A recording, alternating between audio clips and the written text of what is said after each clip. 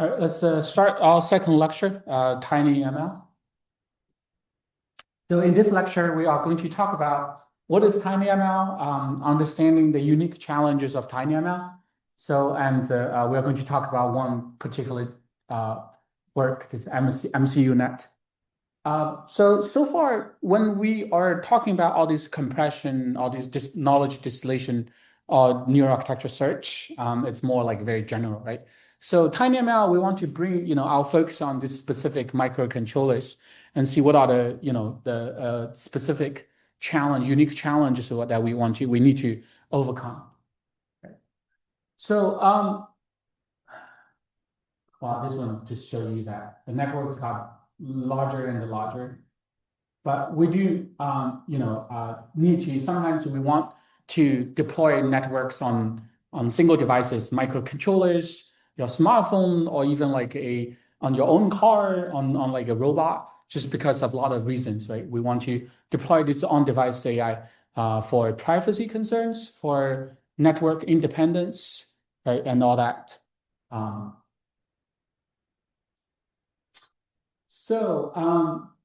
Cloud, mobile devices, and microcontrollers, the different classes of computation. So squeezing deep learning into this IoT device is going to be like really tiny. So all these microcontrollers usually really cheap, right? And they are like really low power.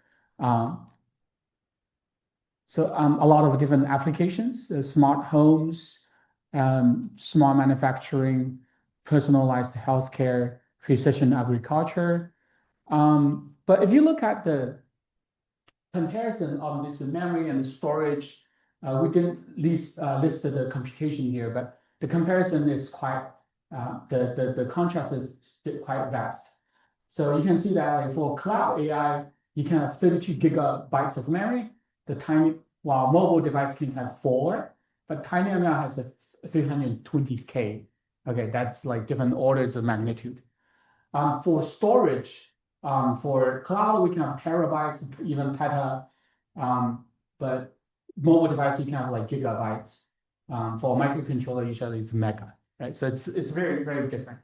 So therefore, this 13,000 times, this 100,000 times smaller. So nonetheless, what that means is that like when we are trying to design or like search a network for microcontroller, we have to take the memory. When we're designing the network, we have to take the memory into consideration as like a first-class citizen to consider when you're designing the system.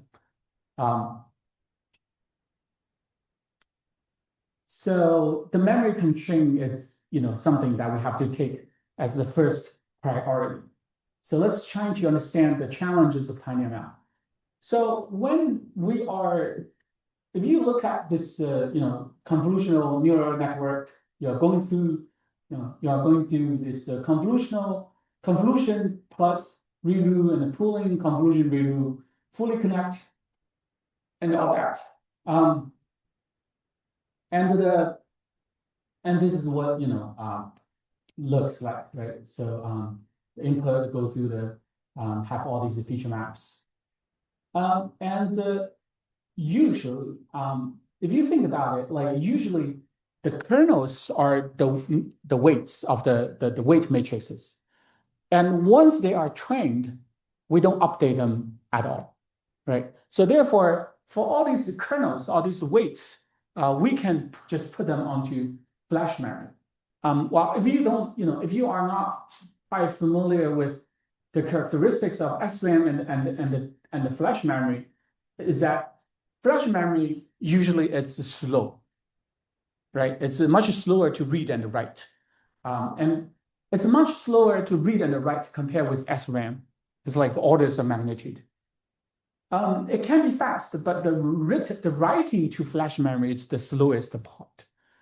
Therefore, for all these weights, if we can just leave them onto the flash memory, we only need to read them. We don't need to frequently write to them. That's fine. Okay, that's great. But for the activation, so you can have the input feature map, times the kernel, you got the output feature map. And all these activations, we are constantly reading and writing them, right? So they can't be put into the flash memory. They have to be put into the SRAM. But remember, the SRAM is much smaller.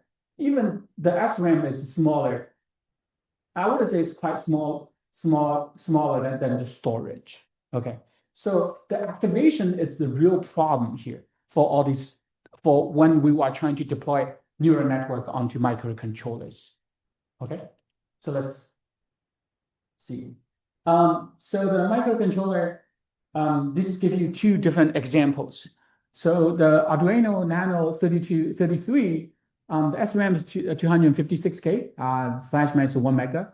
The other one, this actually is the one, I think it's the one I used to teach the undergraduate, the microcontroller class, STM32, I was teaching that. So it gives you this 320K byte of SRAM. They have different variations, but that kind of give you ballpark estimation. 320K byte, 1 megabyte. Okay, so that's kind of the level of memory we are dealing with. So therefore, the flash usage is the model size. Static, you need to behold the entire model. So far, everything we have talked about, pruning, quantization, even knowledge distillation, we care about the model size, right? Because we've been talking about how to prune the weights. But when we are coming to microcontroller, that's actually not the only thing that we consider. The activation is actually the situation even worse. But we never, like so far, we have never done anything for the activations, right? Actually, sometimes we are even, when we are trying to reduce the model size, we are actually even make the activation size bigger. And you shall see actually. Therefore, like this is something that we have never, so far we haven't considered it yet. Okay, so SRAM has the input activation, output activation. It's dynamic, different for each layer. And we care about the peak SRAM because that's the peak. We have to be able to hold the peak, right? Otherwise, the whole network won't be able to work. All right, so that's that. Let's look at the peak SRAM usage. ResNet 50, it's 6,000 or even 7,000 kilobytes. For MobileNet V2, it's 6,000, more than 6,000. MobileNet V2, it's even quantized to integer 8. The activation, it's like, over 1,000. Okay, and the microcontroller is sitting right here. None of them can run successfully on the microcontroller, right? So that's the problem that we are facing. Therefore, we do not just only need to reduce the model size, but also really the real challenge is the activation size. So all these compression methods we have been used are reducing model, not activation. So this image, let's see what it says. We are showing ResNet 18 and MobileNet V2. The parameter size, which is the weight size, the MobileNet V2 is much smaller, but the activation actually it's bigger. The peak activation size is bigger. What that means is that when we are compressing, all this ResNet to MobileNet V2, we significantly shrink all these weight matrices. But when we are shrinking the weight matrices, all these feature maps, all these activations actually increases.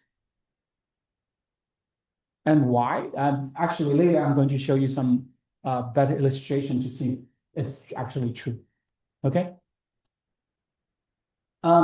So this one basically just says like this MCU net basically considers both the weight as well as the activation, can reduce both.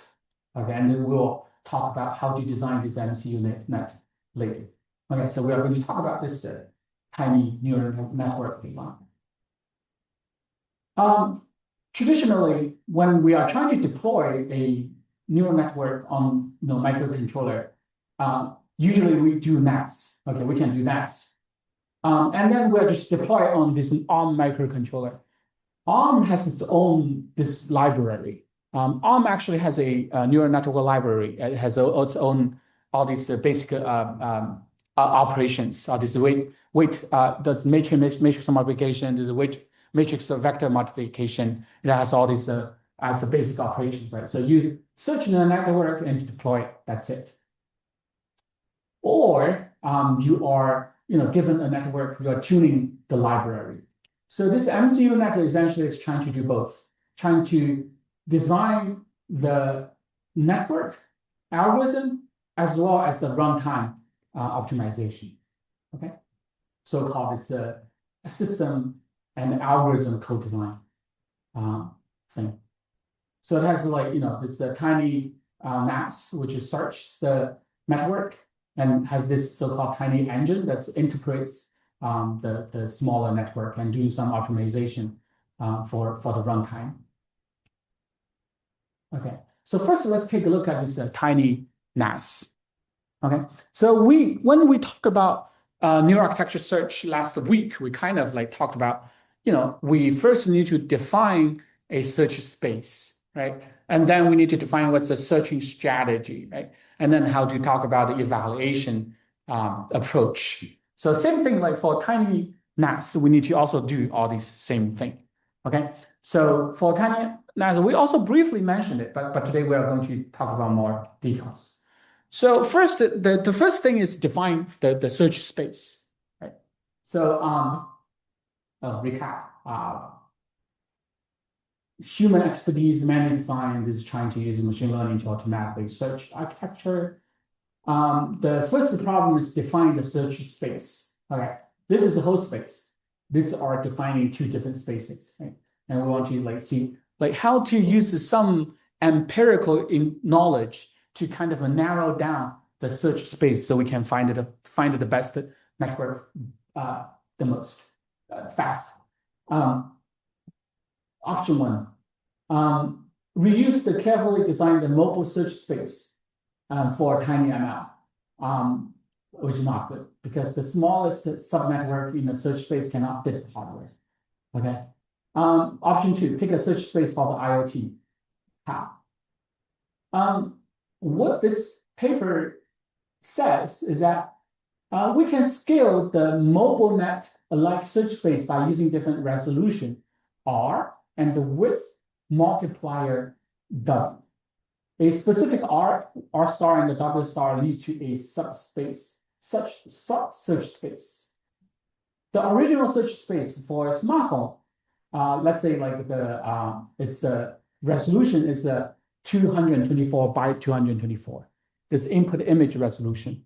Okay, and this is width is the width multiplier is let's say this mobile net's channel width is the baseline is 1. Okay, so this W is the channel. Let's assume the mobile net's channel width is 1, and then let's the image input resolution is R. And then we are using R and the W to define the search space. So we can have this, and this. Now I want you to think about. Why we are using R and the W to define the search space.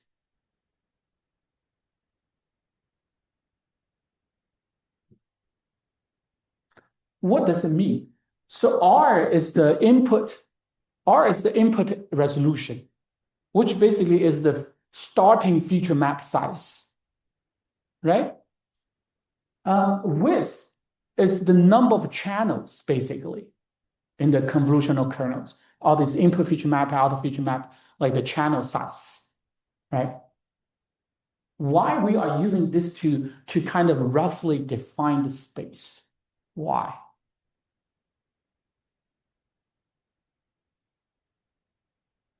Let me give you a hint. Remember, when we are talking about TinyML, the unique constraint is the memory space, which has the SRAM and the flash memory, right? Right. So we have to make sure the space should be quickly, roughly, like can fit into those, because otherwise, like we are basically blindly search, right? But why this R and the W can let us quickly narrow down to rough space Y? I'm sorry? This will give the activation size. Which one give you the activation size? So why R give you the activation size? That's the input. So if you define the R, the input image resolution, that defines the input feature map size. And then that's pretty much defines the activation size. That's pretty much defines the peak activation size. Does that make sense? So using the R can let you quickly narrow down like roughly what kind of input image I can handle. Does that make sense? Because if it's bigger, I just can't handle that, right? So that makes sense. The R makes sense. What about W? W determines what?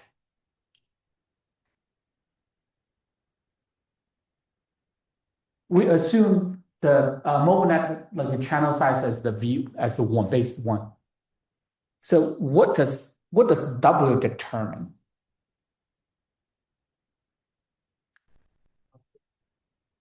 Output? Activation? So what will happen if we change W from 1 to 0.5? What will happen? If you change 1 to 0.5, essentially you are what?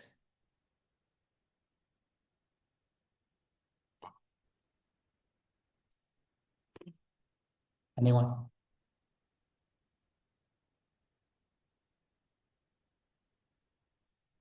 After number of channels. You're having the number of channels. Having the number of channels, what does that mean? Relate to memory. What's the implication for memory? Yes. Less activations and also less weight. Less activation and less weight. And remember, when we talk about microcontroller, SRAM and the flash memory are two biggest constraints. So we kind of using R as a knob to turn the SRAM, to tune the SRAM size, and using W as a knob to tune the weight size. Because the weight sits in the flash memory and activation sits in SRAM. Does that make sense? So that totally makes sense, right? So see, all these definition, it's not random. It's logical choice of this R and W. Therefore, if we are using, if you're using MobileNet and the 2024 and 1 as the baseline, we kind of like roughly scale that to a better space so that we can quickly find a good network for our particular microcontroller. Make sense? Make sense? So it's not random, okay? So it's logical choice. Good? So very good. So RW, we can use that to kind of define the space. So memory and storage constraints, that's why we are using resolution and the width multiplier that's corresponding to memory and storage. Okay.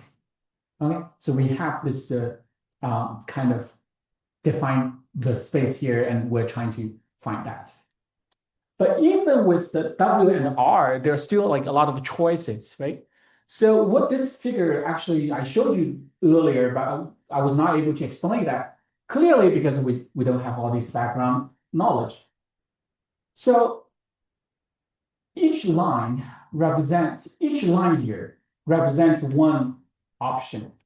So width 0.3, resolution 160, okay? And this one width 0.7, resolution 112.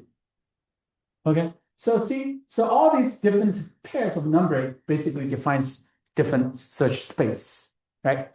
And then what the authors did in this paper is that, well, for all these different search spaces, it's trying to find the best network in that search space. And I want to show you, like, what combination actually is a good choice for the W and for the R. If find out that, well, for example, for the black line here, which is 0.3 and 160, this combination in this space, no matter what you search, okay, all these networks operations are limited from this 20 something to this 30 something. Okay, so in that space, all the networks you can find can only have that many of flops. What does that mean? It means that if you are defining the W and R as that, the networks you can find actually is not running at its peak, cannot fully utilize the hardware, the MCU operation. Does that make sense? So the network, the network might be stuck somewhere, waiting for the computation. So it's not. So the MCU is not running at peak performance, which means that it may not give you the best performance. Does that make sense? Whereas the red line, you can see that by defining the W and R as 0.5 and 144, we are defining another space.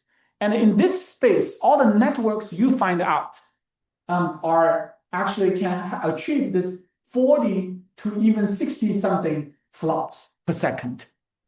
So it means that like that, those networks can take full advantage of the hardware. So it's not stuck. The network is not like stuck. It's not starving.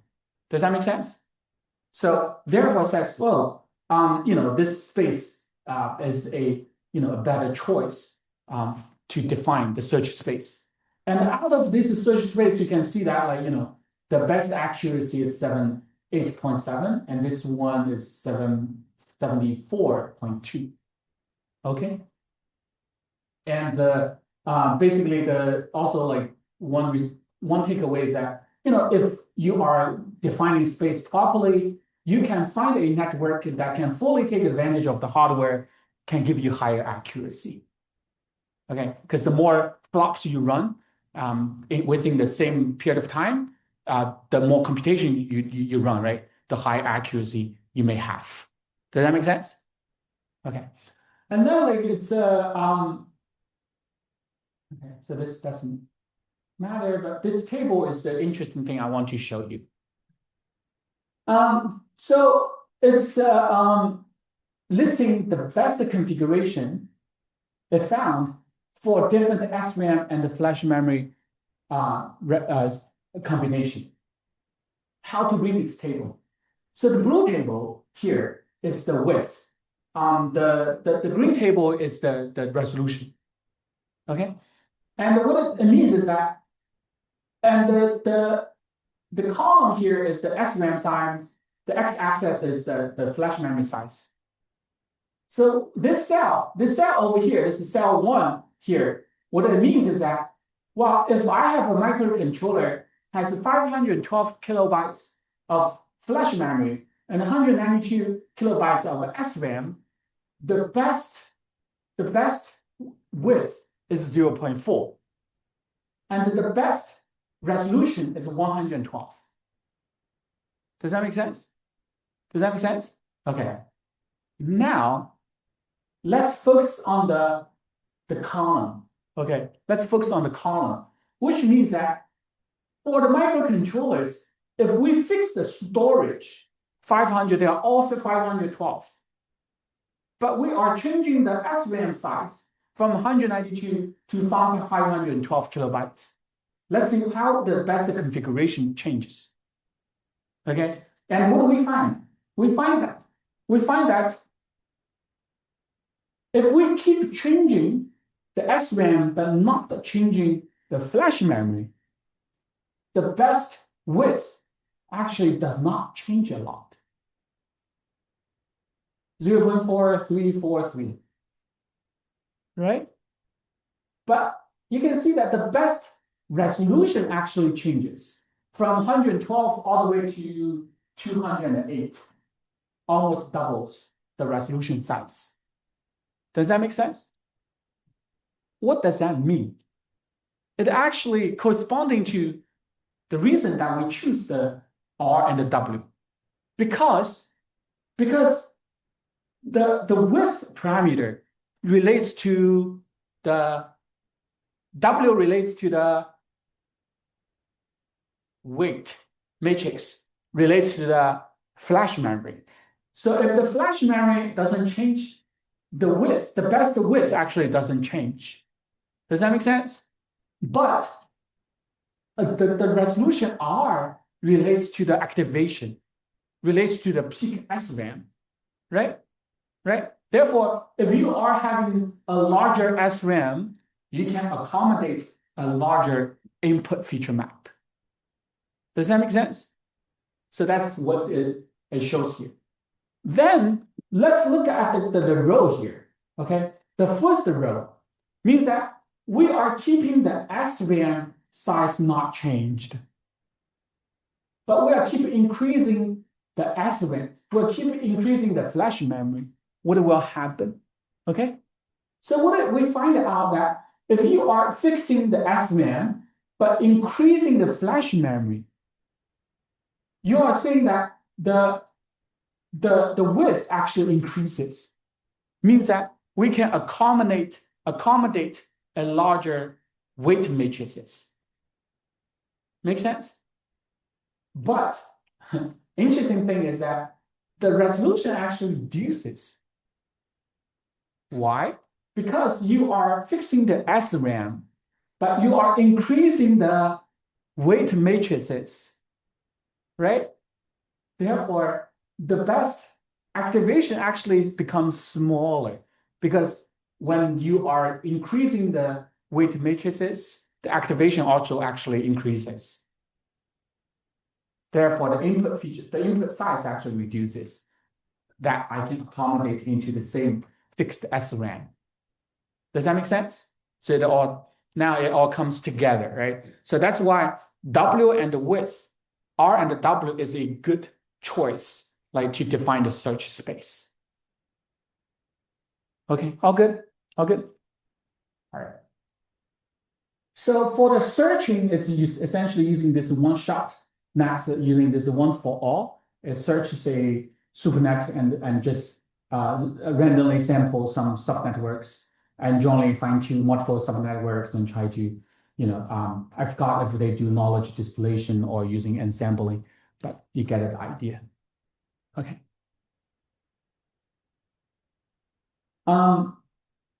So what they find is that, the TinyML, the search, can reduce the peak memory size, the activation peak size. From the average to the max is 2.2, the average to the max is only 1.6. So you are kind of flattening the activation size. Okay, all good. It also increases the, with the same latency, increase the accuracy, or like with same accuracy, it reduces the latency. Okay. So based on this MCU net, they published another paper called MCU net V2, and apparently they are trying to solve some of the problems. What the V2 trying to address is this.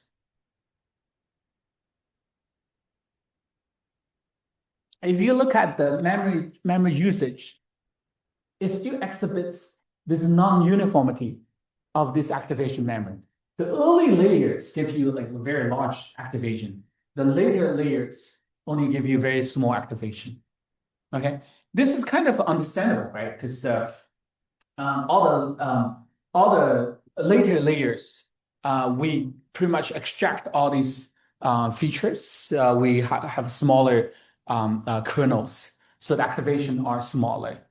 But the early ones, we are doing all this feature extraction, give you like very large activation value, activation memory size, not that, the activation size.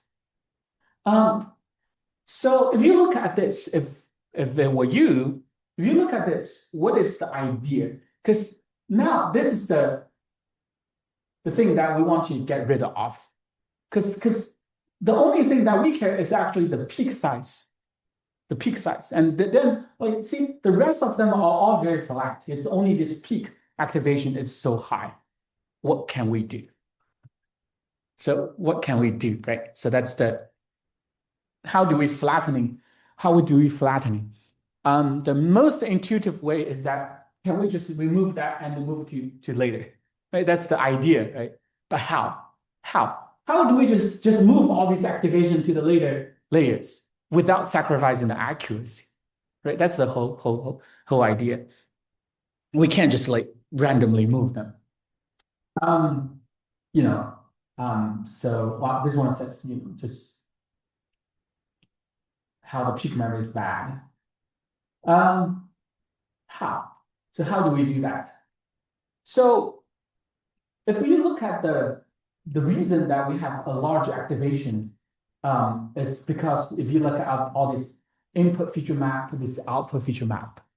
In the early layers, we never did any pooling. Means that we never shrink the feature map. So that's why like it's really big. Okay. Like because it's so big, and we like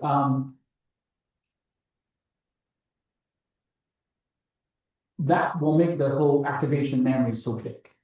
So the first idea they propose is this patch-based inference. What it does is essentially is that instead of like calculating the input feature map and the weighted matrix like layer by layer, it's calculating them like patches by patches. Okay, so the weighted matrix is going to multiply with only this small patch and store the results, the partial results into the memory. And then like doing the next patch, next patch, next patch, and next patch. Okay. And why this works? Because even though this whole layer is very big, the output after the pooling, the memory actually is quite small, right? So we can, like, if you just do the calculation for this small patch, and get a small part of the output, the peak memory actually is reduced. So basically, we are reducing the spatial dimension, and we calculate this patch 4 times. So we sacrifice the latency a little bit. Well, not even sacrificing the latency, but you can kind of get the idea that we are calculating. I'm sorry, it's not sacrificing latency. It's just that we are using a different way of calculation so that the peak memory is reduced. Okay, make sense? So by doing this, the patch-based inference, we can get this reduce this peak memory size. So you can see that like all these peak memory size can be reduced a lot. So now like 7 becomes the new peak memory, which is lower than the largest memory size of the microcontroller. Okay. Okay. So, but what kind of patch should we use? So they did experiments on this 2 by 2 and the 3 by 3 patches. Okay. And they find out like, you know, the 3 by 3 patch actually is better for this microcontroller. But this patch-based inference has some overhead. What is that? So the problem with the patch-based is this. If you are dividing this whole layer by, you know, this 2 by 2 patch, okay? And then like you are doing a 3 by 3 convolution and stride is 1. Then like, you know, you got this. When you are doing this one to do a 3 by 3 convolution and stride is 2 to get this. One thing you notice is that there is an overlap in the computation. So when you are doing the convolution for the yellow patch, there is a multiplication over here. when you do the computation for the blue patch, this patch got computed again, right? So the overhead, while like look from here, like the overhead is not that much. It counts about 10% of it increases the computation by about 10%. Okay, but for microcontroller, we really want to squeeze out all these redundancies. This one to show you the computation process. The halo is different from the padding because padding are the zeros. The halo, the actual computation, right? It's just like an overlapping.